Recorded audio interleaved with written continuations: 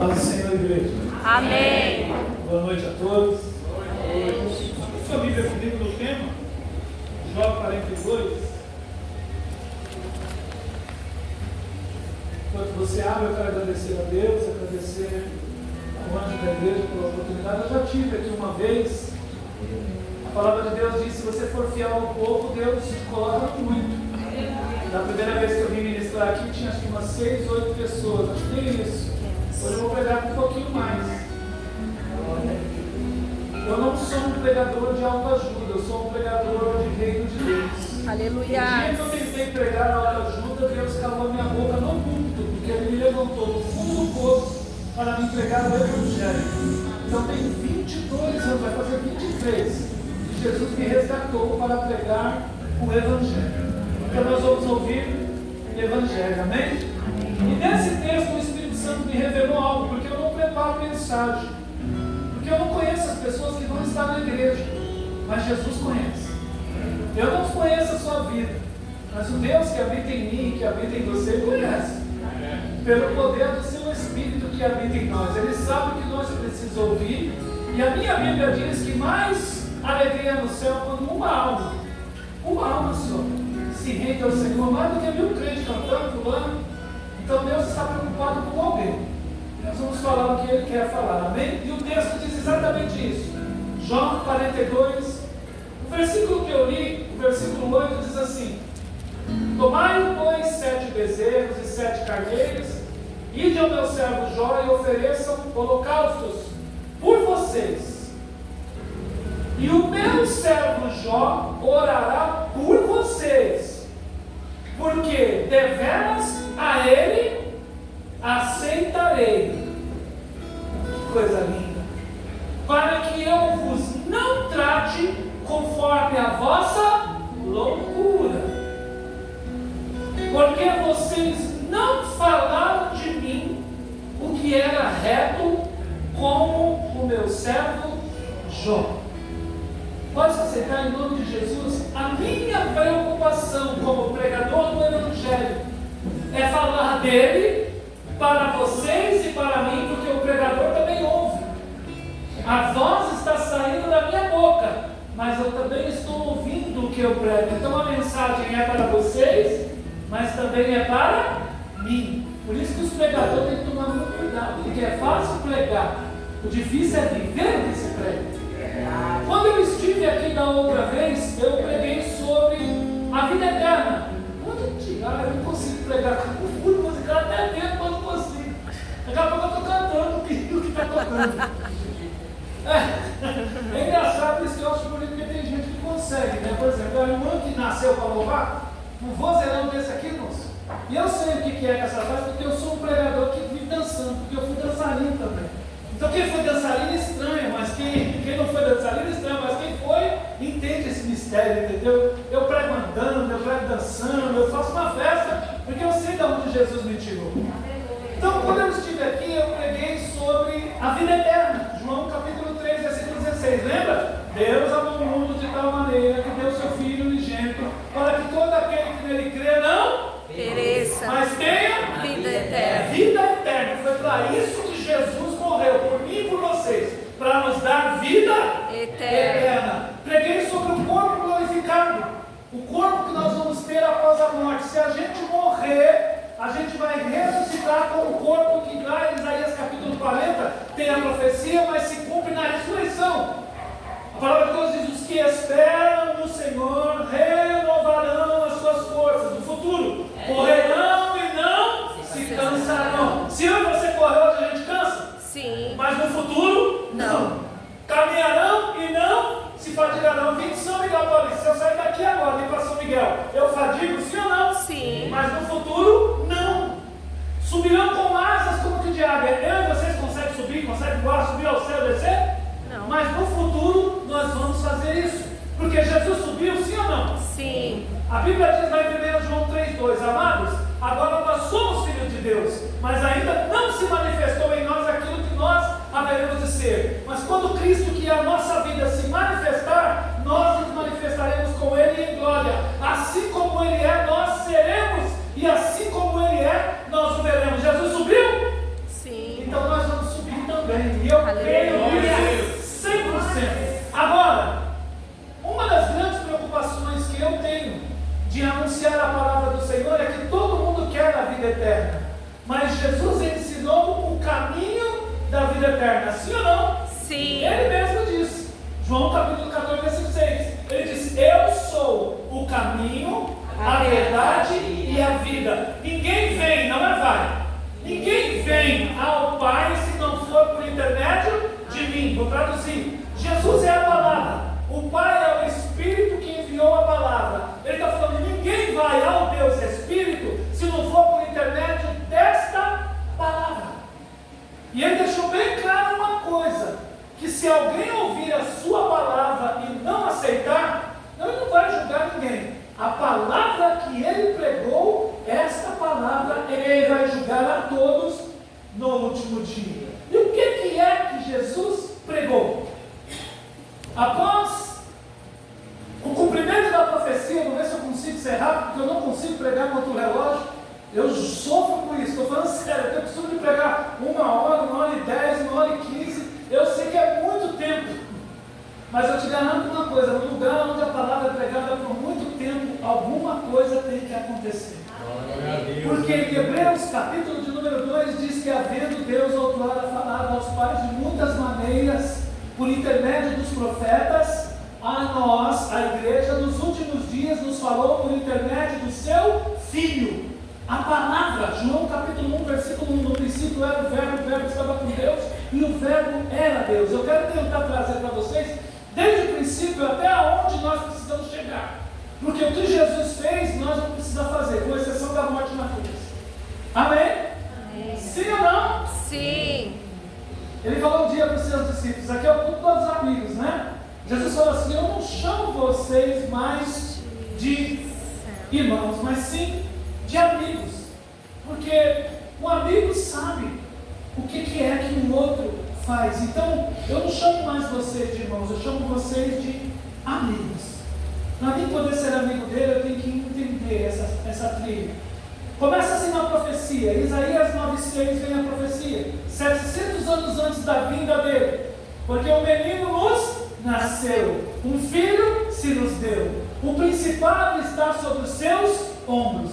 E o seu nome, não é o menino, e o seu nome será Maravilhoso, Conselheiro, Deus Forte, Pai da Eternidade e Príncipe da Paz. 700 anos antes, Isaías profetiza. 700 anos depois, no Evangelho de Lucas, capítulo de número 2, vem lá um arcanjo até uma mulher chamada Maria, uma virgem, e fala para ela: salve, agraciada, bendita és tu entre as mulheres, bendito será o fruto do teu ventre. Tu conceberás, darás a luz a um filho, e colocarás o nome desse filho de Jesus. O maravilhoso, Conselheiro, Deus Forte, o Pai da Eternidade e o Príncipe da Paz. Um pouco mais à frente, nós vamos ver Jesus com 12 anos de idade, se desapega dos seus pais, vai lá para dentro do templo e fica 3 dias no meio dos doutores.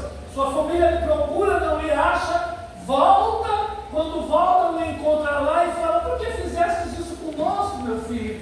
Aí Jesus olha para ele e fala: por que vocês estão falando isso comigo? Vocês ainda não entenderam que me convém tratar dos assuntos do meu Pai.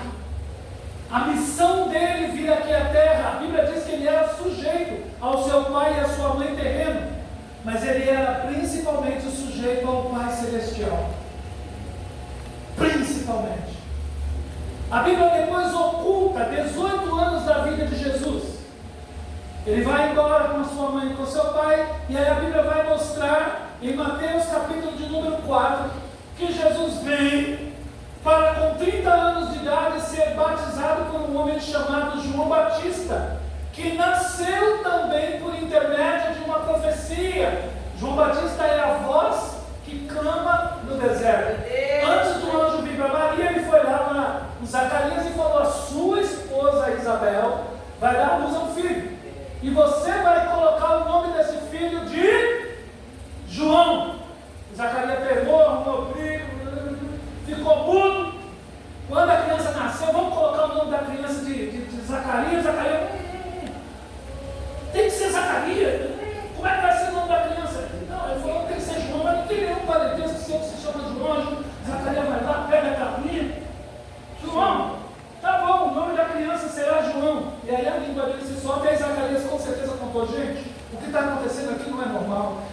menino não é apenas uma criança. Ele veio por intermédio da profecia, e a profecia diz que esse menino vai ser grande diante do Senhor nosso Deus. E agora esse menino está lá no deserto pregando o evangelho do arrependimento. E vem até ele o Cordeiro de Deus que tira o pecado do mundo. Aleluia. Quando ele chega diante de João, que ele fala, é necessário que me batize, João fala, como eu vou te batizar? Eu que tenho que ser batizado por ti. E ele fala, por enquanto é necessário que se cumpra em mim toda a justiça de Deus. Jesus se batizou, sim ou não? Sim. E eu e vocês temos que se batizar, sim ou não? Sim. Eu acho engraçado que tem algumas igrejas por onde já cortou a ceia, já cortou o batismo. Daqui a pouco eles cortam a palavra, não precisa mais nada. Mas o meu evangelho mostra para mim que a gente tem que aceitar Jesus, tem que se arrepender, tem que se batizar. Jesus não precisou se arrepender. Aqui dentro tem criancinhas que não precisam se arrepender. Mas quem ainda não fez isso, precisa fazer. Arrependei-vos e convertei-vos para que sejam apagados os vossos pecados e venham até vós tempos de refrigério. Por que foi que Deus falou isso daqui com os amigos de Jó? Deus vai falar para eles o seguinte, presta atenção para você ver como que Jó era uma sombra do que iria acontecer no futuro. Deus fala assim, vocês vão pegar sacrifícios, holocaustos e vocês vão levar a Ele e vão pedir para Ele orar a mim. E a oração dele por vocês eu aceitarei, porque vocês não falaram de mim como convém. A minha obrigação como pregador é falar deste Deus como convém, não como eu quero, não como algo que te agrade, mas como convém. Jesus se batizou? Sim ou não? Sim. Pós-batismo, o que acontece com Jesus? Isso é uma coisa que muito novo convertido não entende. Depois do batismo, não é agora é só a vitória, agora é só a vitória. Não, irmão. Depois do batismo, o couro come. Pode ser que eu esteja falando com um novo convertido ou com uma nova convertida. É tendencial o Espírito levar você para o deserto para você ser tentado. E a tentação ela vem com tudo para querer mostrar para você que você não é uma nova criatura. O segredo é que a palavra de Deus diz: se sujeite a Deus, resista ao diabo e ele fugirá de você. Jesus vence a tentação e aí agora Jesus vem para fazer a obra daquele que o enviou. Vamos lá rapidinho, em Mateus capítulo 4. Relógio, pelo amor de Deus, gente, para aí que eu tenho até 9:27.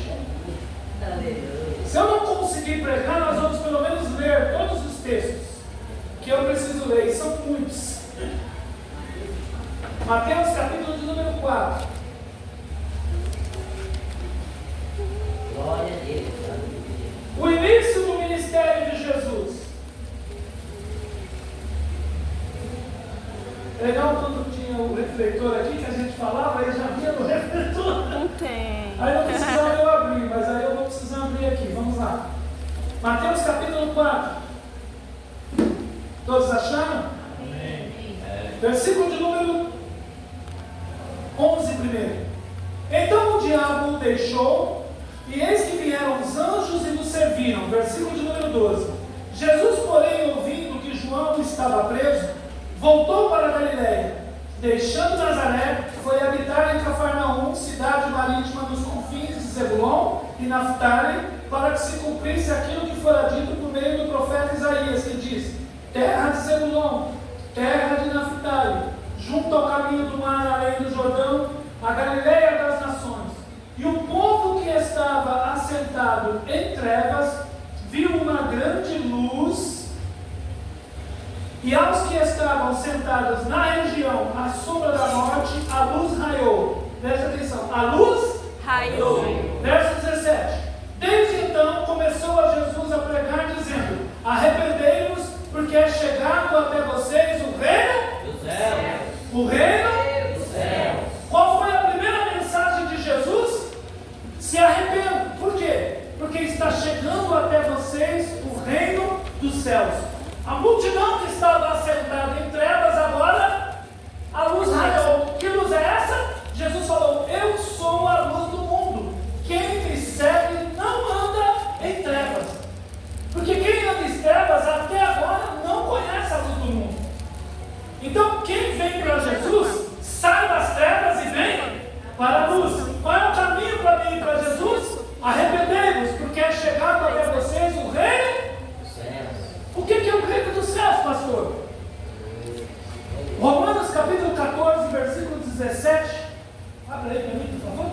Quando você abre,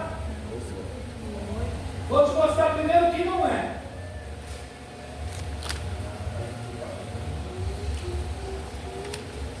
Todos acharam? Mateus, Marcos, Lucas, João, Marcos, Romanos, capítulo 14, versículo 17 diz assim: porque o reino de Deus não é comida e nem Bebida. mas é justiça, paz e alegria no Espírito. Quem nestas coisas servir ao Senhor, agradável será diante de Deus e diante dos. Então, ele está explicando que o reino não é coisa que se come, coisa que se bebe, coisa que se veste. O reino de Deus é justiça, igual a Deus, Deus é justo, paz. Jesus falou: a minha paz eu vos la dou, não como este mundo vos la dá. A paz que Jesus Cristo nos dá é em meio às tribulações. João 16:33 ele falou: eu digo estas coisas para que em mim, na palavra, vocês tenham paz, porque no mundo tereis Aflições. mas tende. Eu venci o mundo. Ele está falando o seguinte: vocês vão ter aflições, mas tende bom ânimo no meio das aflições, porque ele venceu o mundo e eu e vocês vencemos também, por intermédio do reino. Aleluia. Então o reino de Deus é justiça, paz e alegria no Espírito Santo. E quem servir ao Senhor nessas coisas, agradável será diante de Deus e diante dos homens. Eu quero morrer e ressuscitar, e se Jesus voltar e eu estiver vivo, eu quero receber um corpo glorificado e subir com ele para poder desfrutar do novo céu e de uma nova terra, aonde habita justiça. O povo de Deus aqui sofre. Tudo para nós é difícil, mas na vida eterna, irmão, nós vamos desfrutar de coisas. Paulo disse: como está escrito, as coisas que os olhos não viram, que os ouvidos não ouviram, e nem sequer subiu ao coração de um homem, são estas as coisas que Deus tem preparado para aqueles que o amam. Se o povo carnal observa essas coisas desse mundo e deseja tanto, para imaginar o que vai ser nas regiões celestiais, onde as ruas são de ouro e de cristal, nós com o corpo glorificado, que corre, não cansa, caminha, não se fadiga, que voa para lá, voa para cá, atravessa a parede. Eu creio nesse evangelho. No corpo que Jesus tinha e que nós vamos ter. Quando Jesus morre e ressuscita, ele não anda dentro de uma casa com portas e janelas trancadas. Nós vamos poder fazer isso, irmão. Então para imaginar o que vai ser o novo céu. João está falando: eu vi um novo céu e uma nova terra, aonde habita a justiça. Compra um celular muito bom aqui que tu vai ver. Daqui a pouco tu está sem ele, porque o mundo que nós vivemos não tem justiça. Compra um carro bom, daqui a pouco tem um ladrão de pele. Monta uma casa muito bonita, porque neste mundo, por isso que Jesus falou há 2000 anos atrás: não ajunta tesouro No reino. na terra, ajunta tesouro. No reino. Porque se você ajuntar na terra, ou o ladrão rouba ou a traça corrói. Quer ver? Compra uns 8 vestidos, deixa lá no guarda-roupa. Jesus, isso aqui vai ser especial. Daqui a uns 4 anos minha filha casa. No dia que você for pegar ele, você vai olhar, vai ter um buraquinho aqui, outro ali, o que está isso? Jesus avisou: ou o ladrão rouba, ou a traça corrói. E ela vem, não sei de onde, mas ela vem. E ela compra, é um negócio doido. Então, vem comigo. A mensagem é o reino. Nós já sabemos que o reino não é comida nem bebida, já sabemos que é justiça. Mateus capítulo 6, abre aí, versículo de número 33. Quando você abre, eu vou citando. A partir do versículo 25 de Mateus capítulo 6, Jesus viu ansiedade no coração dos discípulos. Depois você leia esse texto, porque hoje a Bíblia diz que o povo de Deus foi destruído por falta de conhecimento. A Bíblia não é um livro para você deixar aberto lá no Salmo 91, não, minha irmã, né, meu irmão? Ah, pastor, não sei ler, agora tem áudio, você aperta o botão, ela fala, e a fé vem pelo Ouvir ouvir o quê? a palavra. Em vez de ficar ouvindo bobeira, não ouve a palavra. Leia a palavra. Isso daqui é lâmpada para os nossos pés e luz que ilumina o nosso caminho. Vocês abriram Mateus 6? No 33, Jesus falou o quê? Buscar em primeiro lugar o reino de Deus e a sua Justiça. e estas coisas, ou as demais coisas, lhes serão acrescentadas. Não vos preocupeis, pois, com o dia de amanhã, porque o dia de amanhã cuidará de si. Basta cada dia o seu próprio mal. Então Jesus falou para mim e para você buscar o reino de Deus. Neste mesmo capítulo, no capítulo 6, Jesus vai falar de algo que nós estávamos lendo lá em Jó, sobre a oração.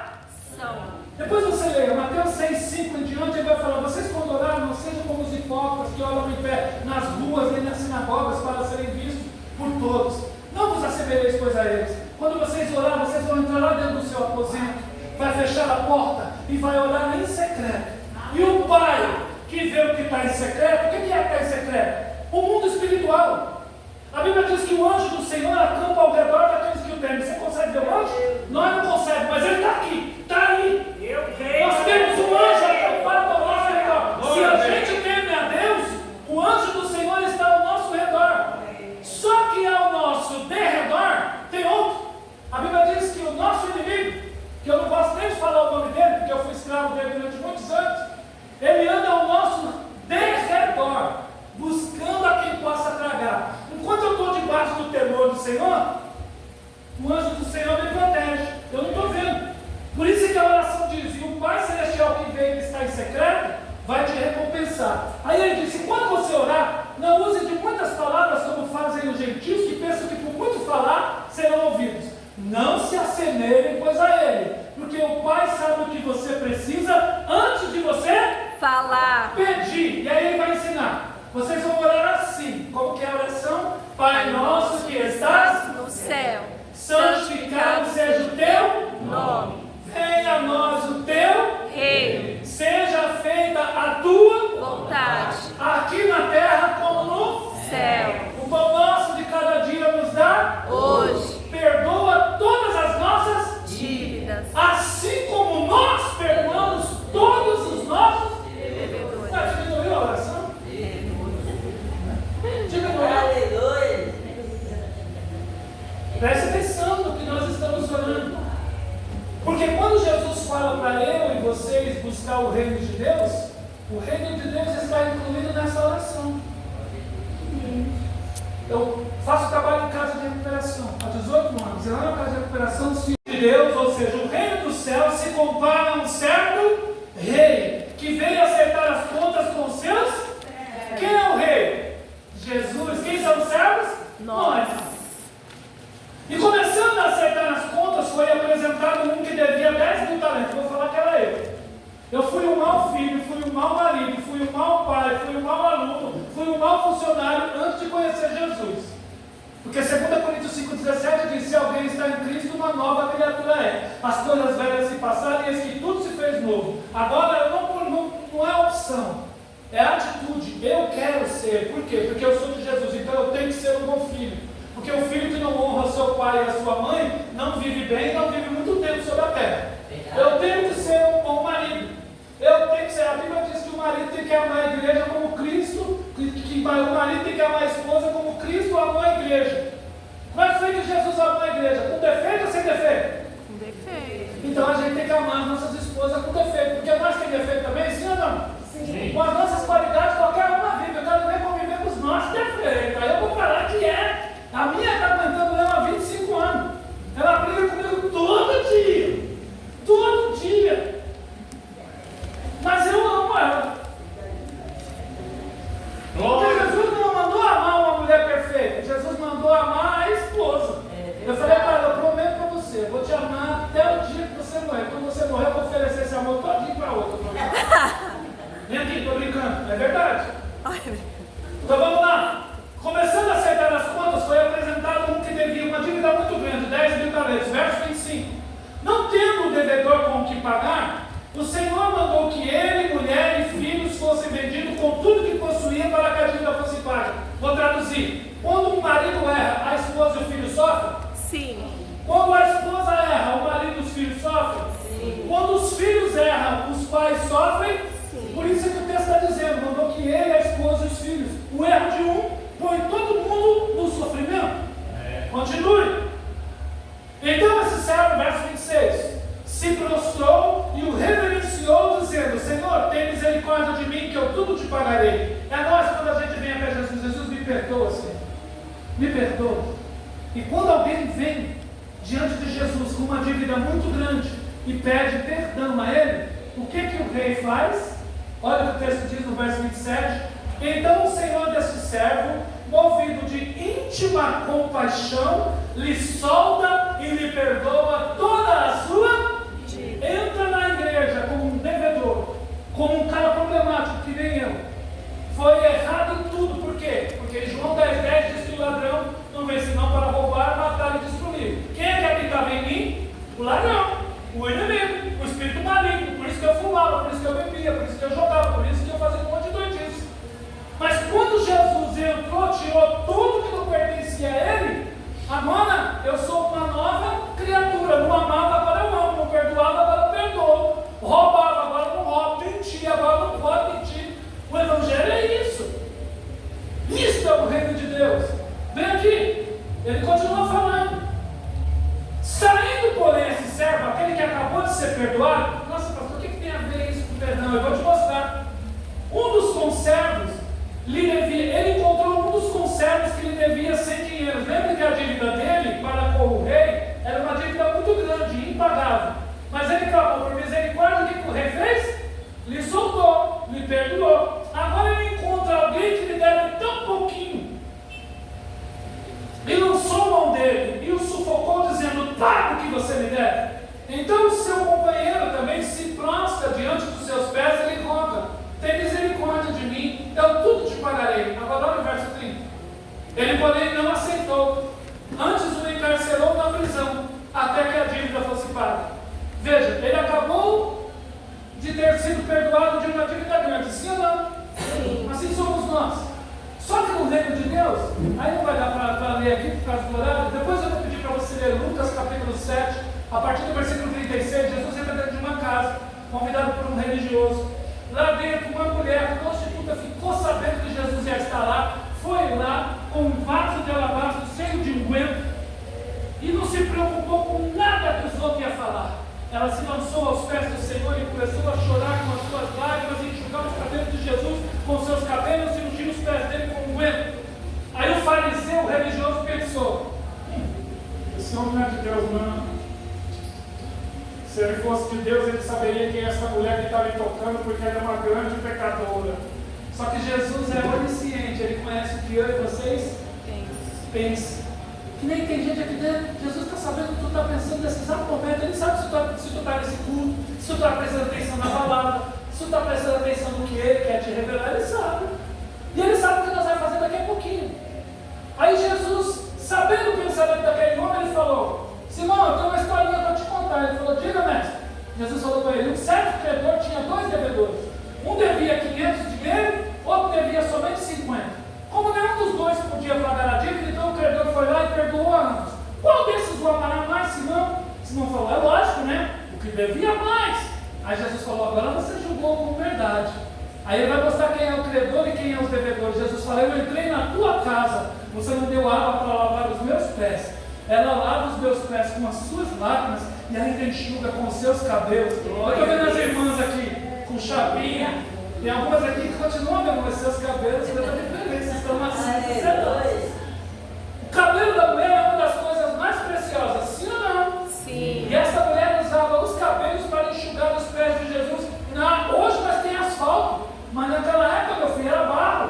Então você imagina a cor dos pés de Jesus, e o homem não deu água para lavar os pés, então Jesus entrou com os pés tudo sujo. E ele falou: você não deu água para lavar os meus pés, mas ela lava os meus pés com lágrimas. E ainda enxuga com os cabelos. Eu entrei na sua casa, você não me deu um ósculo, um beijinho no meu rosto. Ela, desde que entrei, não para de beijar os meus pés, Simão.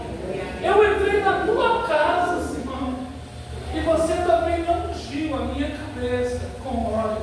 Ela unge os meus pés com esse unguento raríssimo e caríssimo. Aí Jesus disse: por isso que eu digo para ela, os teus muitos pecados lhe são perdoados. Agora preste atenção nisso. Vocês estão me ouvindo? Sim. Jesus não usava o microfone. Escute isso. Olha o que Jesus falou. Por isso que eu digo para ela que seus muitos pecados lhe são perdoados, porque ela muito me amou. Porque a quem muito se perdoa, muito se ama. E a quem pouco se perdoa, pouco se ama. Presta atenção, quem era que foi muito perdoado? A mulher. Quem é que foi pouco perdoado? O religioso, porque Jesus perdoou a grande pecadora, mas também perdoou o religioso que julgou errado. Quem está entendendo o que eu estou falando? Amém.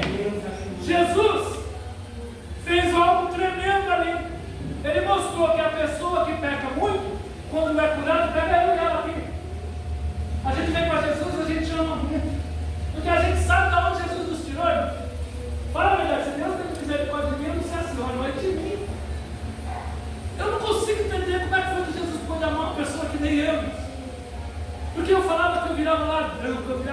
acredito que eu virava gay, mas que crente eu não virava nunca. Olha o que Jesus fez comigo. E você pensa que eu sou pregador porque eu fui para uma escola, fiz curso de teologia? Não, Deus me ensinou no dia do batismo, enviou a Bíblia com capítulos e versículos inteirinhos, que eu prego a Bíblia todinha, de cor e salteado, mas nem eu sei explicar para vocês.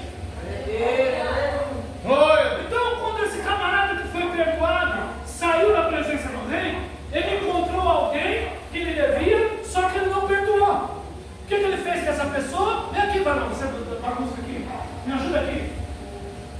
Ao invés de ele perdoar, porque ele tinha sido solto, tinha sido perdoado. Sim ou não? Vocês estão entendendo o que eu estou pregando? Mas ele não perdoou. Ele encarcerou o camarada na prisão. O problema é que quem encarcera não sabe o que vai acontecer com ele. Fica aí só um minutinho. Vamos aqui no texto. Me dá mais 5 minutos para poder terminar a mensagem? Dá para passar? Vocês aceitam passar 5, 7 minutos? A gente cantou bastante, então tem que terminar a palavra. Vamos lá? Volta aqui no texto. Verso 31. Vendo, pois, os conservos o que tinha acontecido, que ele tinha encarcerado o camarada, se entristeceram muito e foram declarar ao seu senhor aquilo que havia se passado.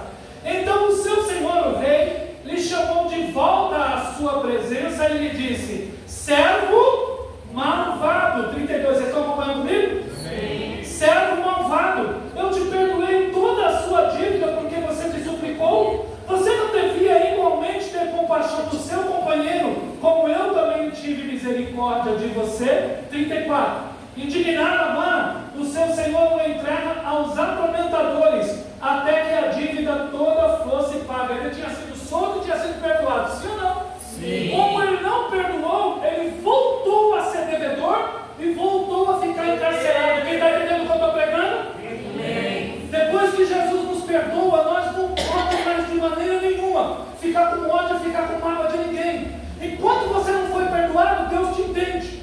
Você pode ver que a cobrança não veio antes, veio depois que o rei lhe soltou e lhe perdoou. Então Jesus não cobra de quem não conhece, ele cobra de quem já foi solto, de quem já foi perdoado. O que aconteceu? O Senhor o entrega de volta aos atormentadores. Espera aí, olha o último versículo, o 35. Assim vos fará também o meu Pai Celestial, se do coração não perdoardes cada um aos seus irmãos e as suas ofensas.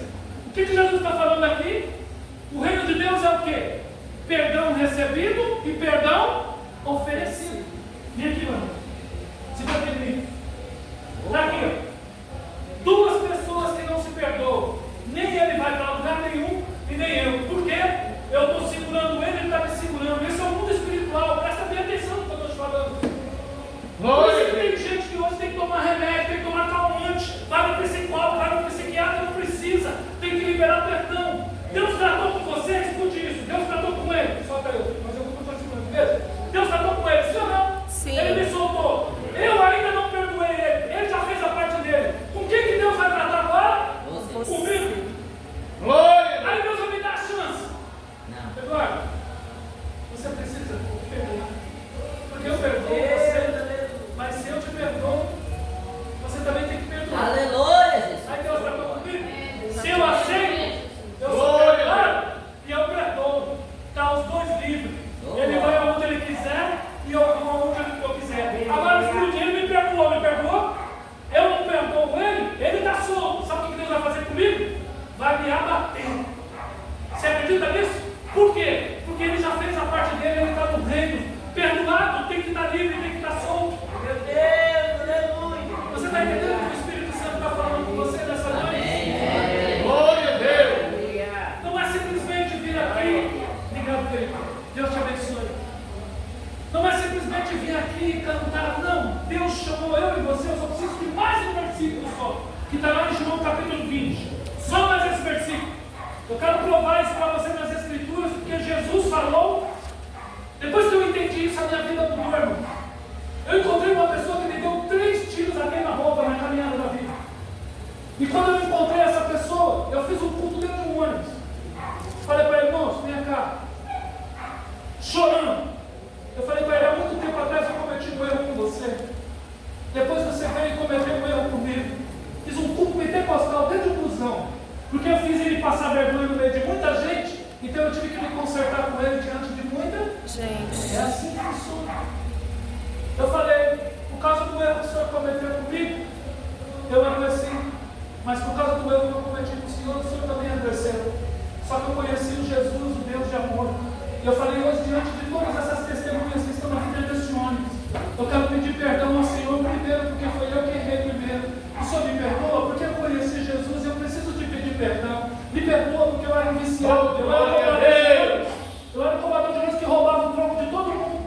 E um dia eu peguei um passageiro que tinha o dinheiro certo, da ida e da volta, e eu fiquei com o troco dele. Um nordestino. Mexa com o nordestino, tu vai ver o tamanho do rabanete que tu vai arrumar na tua vida.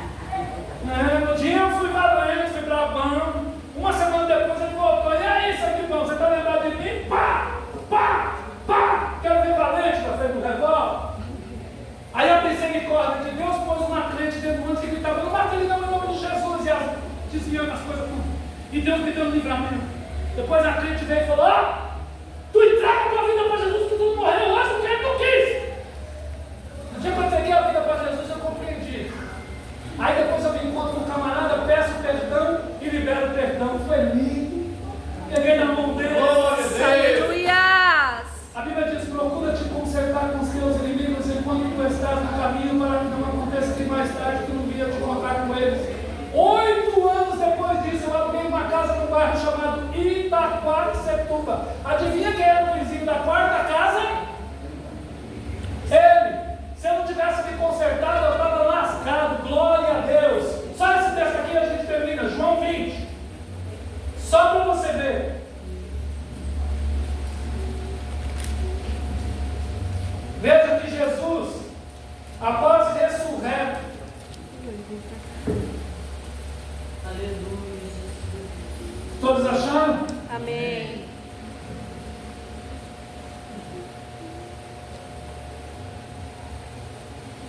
João capítulo 20.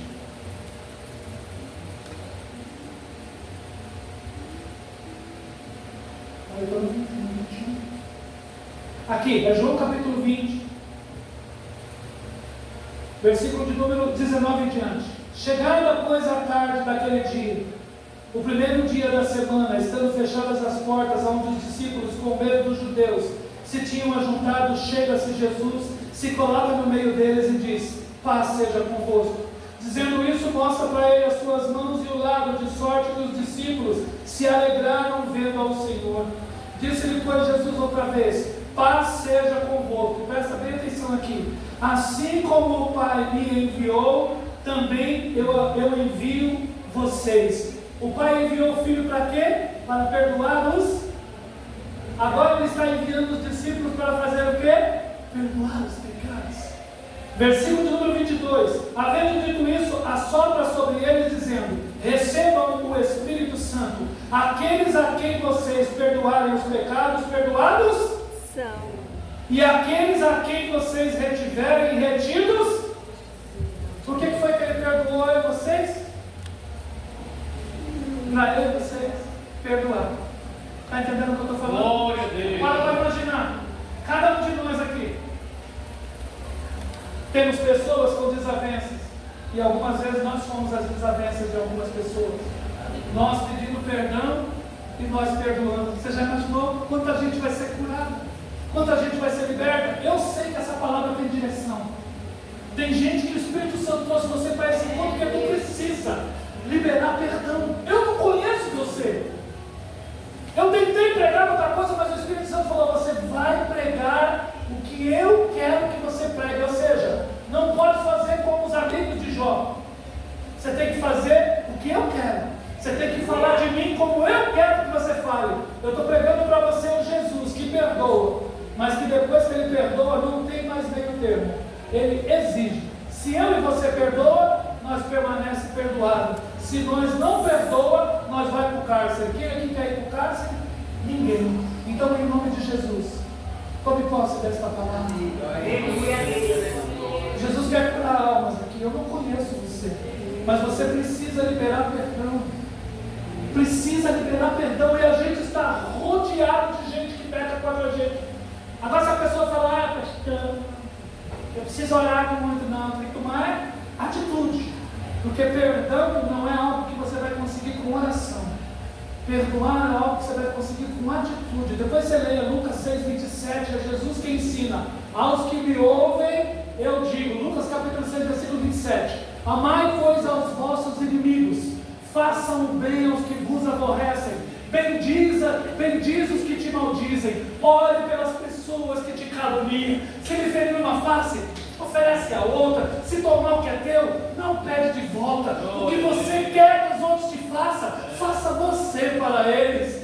Isto é a palavra do Senhor Jesus para mim e para você nessa noite. Deus mudou a sorte de Jó, porque Jó perdoou os seus inimigos, que eram amigos disfarçados, e orou por eles falando: Pai, perdoa-eles, porque eles não sabem o que dizem. Foi isso que Jesus fez lá na frente. Deus abençoe a todos. Essa é a palavra do Senhor Jesus para as nossas vidas. Amém.